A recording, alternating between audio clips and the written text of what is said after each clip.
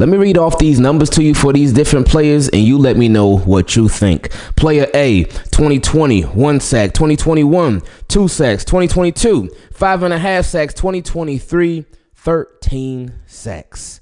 Player B, 2016, 4 sacks. 2017, 8 sacks. 2018, 7 sacks. And 2019, 9.5 sacks. Player C, 2015, 5.5 sacks. 2016, 1 sack. 2017, 3.5 sacks. But 2018, 8.5 sacks. Now, those three players whose numbers we read are the numbers of Nnamdi Madubuike, Matt Judon, and Za'Darius Smith. But what do they all have in common? Well, they are all pass rushers for the Baltimore Ravens, who the Baltimore Ravens drafted. And while they were working their way into the rotation, while they were getting more and more playing time and opportunity, their numbers at first, they were all right. Then in the next year, they were solid. Then in the following year, oh yeah, they were straight. But then in that contract year, oh, they went crazy with it. So I feel like we are just in such a win-win situation with the one that we have right now, player D, which is Odafe Oweh. We were getting ready to talk about a team. Keep it clean. Before we do, make sure you subscribe to the channel and turn the notifications on and leave a like on the video like y'all always do. I appreciate you. Let's get into it. So Odafe Oweh, so much has been made of not just him, but the Baltimore Ravens pass rush as a whole. And I feel a lot should be made of it because it is just very, very up and down, in my opinion. I feel like it's just very, very inconsistent. It can be all over the place. They can rack up a lot of sacks. They can get a lot of sacks, but it just doesn't always feel like the pass rush is always there, especially when it's needed most, especially come playoff time. And I do still feel like it will be great to get that just straight up dominant pass rusher. It would be amazing. But we're in a situation right now with Odafe Oweh that the Baltimore Ravens, they've been in a lot of times to where this player, they kind of get through the first couple of seasons and then they start coming on strong. But then he's in a contract year.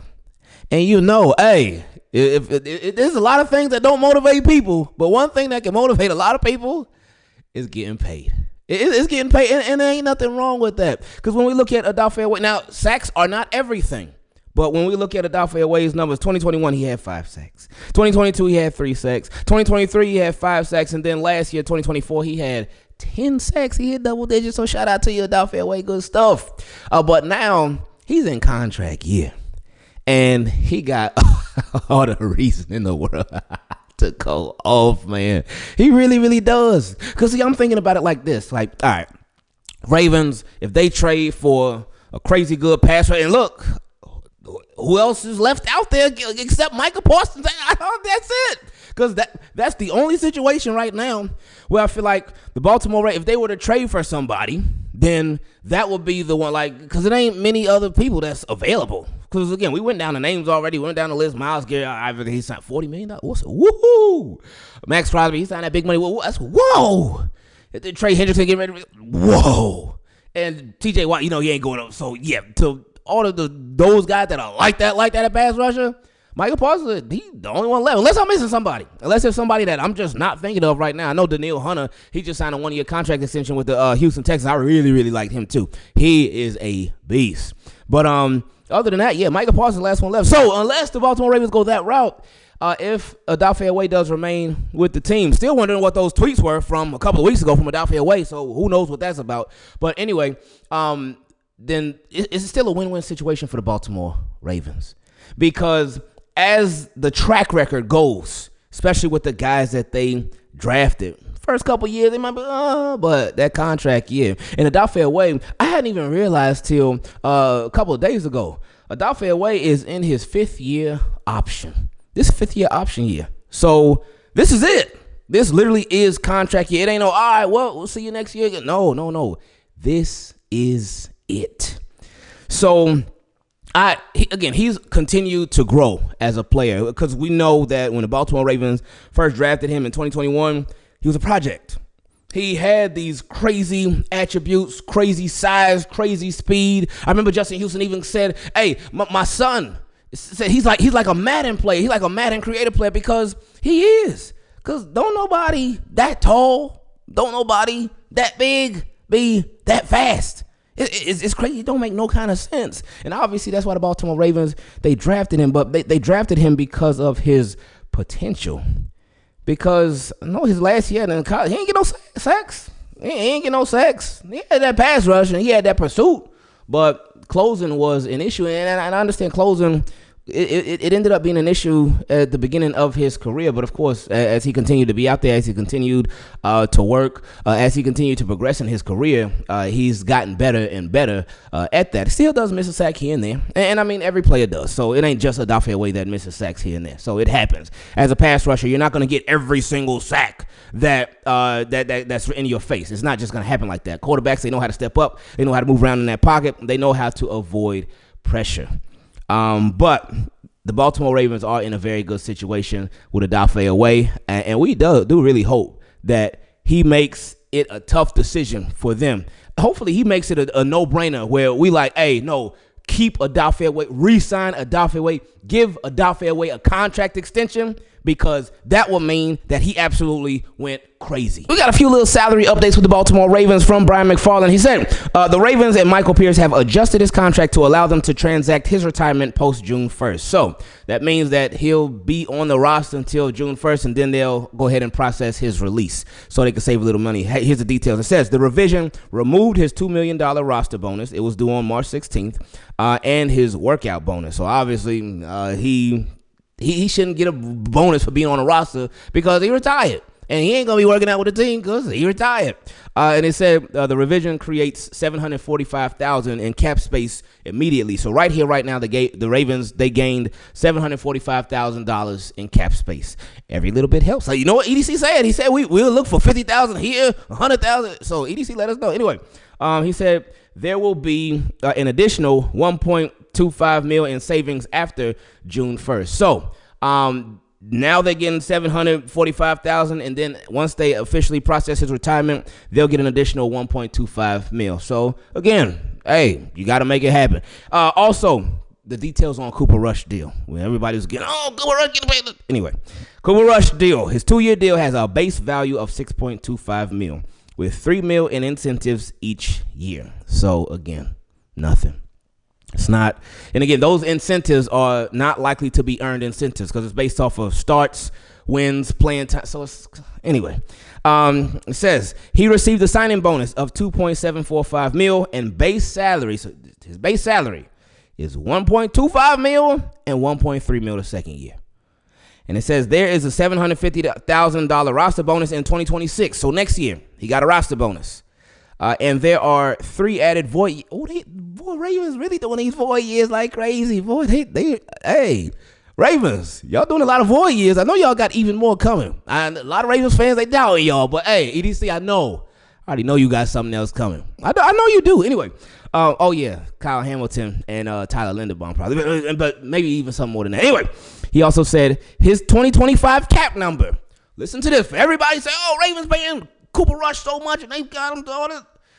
His 2025 cap number is $1.9 million. So just under $2 million. He's a backup quarterback. Just under $2 million. That's it. Ravens upgraded the backup QB position, and that's something that not only I was hoping that they would do even last year, but a lot of Ravens fans wanted it last year. But then when they actually did it, a lot of Ravens fans complained about it. Like, why you paying Cooper Rush so much money? His contract is worth up to $12 million. But again, it's a lot of incentives. $6 million incentives there. So it's stuff that he's not going to get. But when you want to upgrade a position, you got to be willing to spend a little money. And Ravens, they really didn't spend too much at all. As content creators, we're always looking for ways to improve our videos. Whether it's lighting, special effects, sound, you name it, we're always looking for ways to make it better. This is why I was extremely appreciative of Turtle Beach sending out these Stealth 700s. First off, they're comfortable. They go well over my ears, no problem. They're adjustable, so they fit my head just right. But they're also convenient because the headset flips right down and it's Bluetooth. So I ain't got to worry about all the cords here and everywhere. I can just stream, talk, and enjoy. You ever had a headset die on you in the middle of a stream? I haven't, it ain't pretty. But when When you charge your Turtle Beach Stealth 700s, you get about 80 hours of battery life. Well, these things ain't dying no time soon. Did I mention the audio quality on these is insane? It has 3D spatial audio, so you'll be able to hear everything going on in front, behind, to the left, and to the right of you, whatever game you're using it to play. Now comes the question, hey, Ingraven, how can I get my Turtle Beach Stealth 700s? Don't worry, I got you. Head to turtlebeach.com and use code TKIC for 10% off your entire order. That's 10% off your order at turtlebeach.com with code TKIC. After you purchase, they'll ask where you heard about them. Please support our show and tell them that we sent you. Get the ultimate immersive gaming experience with Turtle Beach today. Now we reach my favorite part of these videos where you get to feature your questions. If you'd like to take part in it, you can send an email to teamkeepitclean@gmail.com. Some of y'all send it to the wrong email, and I'll be looking at the question. I said, ooh, but hey, you got to send it to the right email. Or if you're a Team Keep It Clean patron or would like to become one, you can go to patreon.com/Ingravenvids, and you can send your question in a DM right there. This first question came from a Team Keep It Clean patron, my guy Derrick. He said the following: Ingraven, good morning to you, brother. How are you and the family, man? Hey, we are doing really, really good. I appreciate you. He said, I hope all is well with you, the wife, Carter, baby girl, and Pookie, and the other dog. Forgive me, I forget their name. It's all good. The other dog's name is Peach. Our dog's name are Pookie and Peach. But anyway, he said, let's dive into it, shall we? I know we talk about edge. We need it. And look at that timing. That timing. He literally just sent this a couple of minutes ago. We were just a couple minutes ago talking about the edge group in the pass rush. See, Tinky, this is what I'm talking about. We locked in up here. I don't know if that's a good thing that we locked in up here or if it's a bad thing. I'm leaning more on it's a bad thing because I'm a little crazy, so that means that we locked in and we all crazy. Anyway, he said, I know we talk about edge, we need it, and it should be addressed in the draft, but listen to what I'm going to suggest. Why not focus on the interior pass rush for now instead of the exterior pass rush? Namdi, boy, I miss calling him Justin. Matabike needs help. Imagine if he had a young Lodi Nada with him, or let's take it up a notch. Imagine if he had Vince Wilfork with him, or a young Ndamukong Suh, or reach for the stars and say Aaron Donald or Warren Sapp. He said, LOL, I know none of those are possible. All are now retired. So let's go to a realistic approach and go back to 2016 to who I thought the Ravens were going to draft since the Jags stole Jalen Ramsey from us. Oh, yeah. I remember that. Anyway, he said that player is DeForest Buckner. I mean, big, gritty, bone crusher. He's someone I can see Baltimore trading Andrews to the Colts for. Imagine that's an under-the-radar move. It certainly would be. Because I think Travis Jones is pretty good. Travis Jones is a difference maker as well. I remember last year when Travis Jones was hurt, when he had that ankle injury, our interior, exterior, all the pass rush, it just was not the same. It really wasn't. And then when he would be on the field, it got so much better like that. Like really like that. Because he is a difference maker. But that would be a sneaky move right there, DeForest Buckner. Wow, I ain't never thought about that. Upgrading the exterior pass rush from the interior, because if you can get interior pass rush, then that just helps out everybody too. Because that pressure straight up the middle, that messes any type of quarterback up. He said, plus we can bring back Calais and okay, see here's where you lost me. He said, plus we can bring back Calais and trade Travis Jones for more draft capital since his deal is coming up soon, and we can use that to either trade up for a pass rusher or continue to find some mid to late round gems like Brandon Williams, Matabike, or Travis Jones. Why you had to do that, man? Why you had to do that? Everything was going good. Everything was going good. You say, DeForest Buckner, all right, cool, but then you say trade away Travis Jones. I was just talking up Travis Jones, and you say trade away Travis Jones. He said, but can you imagine Odafe Oweh, Calais Campbell, Matabike? Well, yeah, we imagined that a couple years ago, but it was really. But anyway, he said DeForest Buckner and Kyle Van Noy. And potentially a top-notch edge rusher we can get. Tell me your thoughts, Ingraven. I just let you know them. I like Travis Jones. I like him. And I think, again, with even more opportunity, he can be really, really good. Like, really, really good. And he said, P.S. WrestleMania is right around the corner, and my friends are going, but not me. And I'm red hot. Oh, hey, they going to both days, too? Woo, they got that money, baby. Next question came from another Team Keep It Clean page. My guy, Kenny from Bmore. He said, Ingraven is the one and only Kenny from Bmore. Oh, shout out to you. That boy said the one and only. That boy got an intro. I like it. Anyway, he said, hope you and the fam and the pets are doing wonderful. Did you hear about the Mark Andrews trade? Yes, traded to the Los Angeles Chargers from one harbor to another. So what does that mean for us in the draft? I think it's go big or go home. Well, ain't nothing happened yet with Mark Andrews. there were rumors about, but ain't nothing happened yet with Mark Andrews. We still waiting. If anything is going to happen, I know they did give him his bonus, so that could give us an indication that he's staying with us. But still, like, I'm just waiting. I think I will not be 100% convinced. Right now, I'm like 60% convinced, and it's just me. I ain't heard nothing else, but I'm 60% convinced that Mark Andrews will remain a Baltimore Raven. What will get me to that 100%, or maybe 99%, because you never know, but it will be after the draft. After the draft is done, and maybe a week after the draft is done, then it's like, all right, if he's still here, okay, cool. And if Eric DeCosta will come out and say something, especially after the draft is done, and say something like really about Mark Andrews, that he's going to stay with the team this year, then I'll be like, oh, okay. But until then, I'm 60% right now. And it's going to grow every day. Probably tomorrow it might be like 60.3%. Then the next day it might be 61%. We'll see. But that's where I'm at right now with Mark Andrews. So I just feel like it's still a chance. Anyway, he said, I know it's been a while since I seen anything on here. Maybe since the playoffs, but just really haven't been into football since. I understand. It's a lot of people that's been like that because – again, the Ravens just they let us down. We have our annual letdown in the playoffs, and people just get tired of the same old stuff. Well, the Ravens actually do it different ways. They get creative with it, but we just get tired of it, and so I understand. He said, but the trade got me geared back up. I'm anxious to see what we do. As always, keep up the good work. Keep doing what you're doing. Know you're one of the best at it. Peace and blessings to you and yours, and hope you and team keep it clean. Stay safe. Appreciate you, Kenny. Next question came from my guy, ChefLyfe family. He said, what's up, Ingravenvids as well, and that the babies are healthy and thriving. I appreciate that. He said, not just healthy, but he said thriving. They are, man. I appreciate that a lot, man. He said, not really a football question today, but think of this as a sideball question. But did you see Lamar made his acting debut? Man, even off the field, Lamar is doing things no other QB is doing. But thank you for reading this. Yeah, shout out to Lamar Jackson, man. Doing his thing, stepping into something that he said he wanted to step in. He said it a year and a half ago. He said it on December, I think, 28th or 23rd of 2023. He said, look, I like Raising Canaan. I want to be in a few episodes. And boom, a year and a half later, he got it. He said, got to give you your flowers, brother, and I appreciate the work you do to show people a better way, and also just showing that, hey, no matter how big you get, you can still involve everyone. The only big that I got is, like, physically, but social media or YouTube, we not big at all. Not at all. But I appreciate you. And he said, that's one thing I love about Team Keep It Clean. Love always, brother, and take care. Now, I appreciate that, ChefLyfe, man. Thank you, man. But it is important.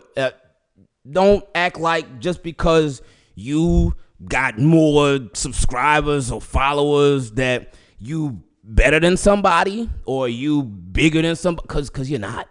You're not. We all the same. We all equal. In fact, I'm actually a lot worse than y'all. But so I hate when people get they get a little following and whatnot, and they act big headed. They puff out their chest. Oh yeah, I got this much. Yeah, okay. I'm like that. I'm that guy. No, you're not. We all on a level playing field. We really are. Just because you in front of a camera and talking to people, it don't matter, man. It does not make you better than anybody else. Nobody else. Like, for real, man. So, ChefLyfe, I appreciate you. Something that's, again, always been important to me is just knowing that, remembering that, understanding that. Because, again, I always remember, especially with working with other people, too. I love working with other, whether it be Ravens, YouTubers, content creators, whatever you want to call it. Or if it's another whatever, I love working with other people. Whether their channel bigger than mine, whether their channel smaller, I don't care. If we can make the time, we can make it happen, I'll make it happen, no problem at all. Because, especially because, and I told y'all this story before, I never forget when I was doing Madden videos and there was this one creator, and boy, he went crazy. Now he got I think he just hit 1 million subs recently. But he doing this thing now. He ain't doing Madden videos no more. He doing NFL videos, but boy, his channel went quick. But I remember a long time I had hit him up. I was like, hey, could we do a video together? Back maybe I had like 19, 20,000 subscribers on my Madden channel. And he had at the time, I think maybe either 50,000 or 80,000, something like that. I forgot what it was, but his channel was bigger than mine. And I was like, hey, could we do a video together? And he was like, he gave me some garbage answer. He's like, oh yeah, when I hit 100K, then that's when I really want to start giving back to the community and stuff. I'm like, what? Like, really? Like, what kind of answer is that? So that just, I always just remember that, man. I always remember that, and I never wanted anybody to feel how I felt from his response to me, because it just felt like he was like, nah, you 20,000 subscribers, 20,000, no, yeah, I'm straight. I don't want to work with you. That's what it felt like. Could it have been lost in translation? Maybe. But do I think the answer that he gave me was garbage and it was really a lie? Yeah, but it is what it is. So I just ain't want nobody to feel like that. So it's important to just know that, again, remember, you ain't better than nobody. You ain't above nobody. And we all on the same level playing field, man. And it's all love.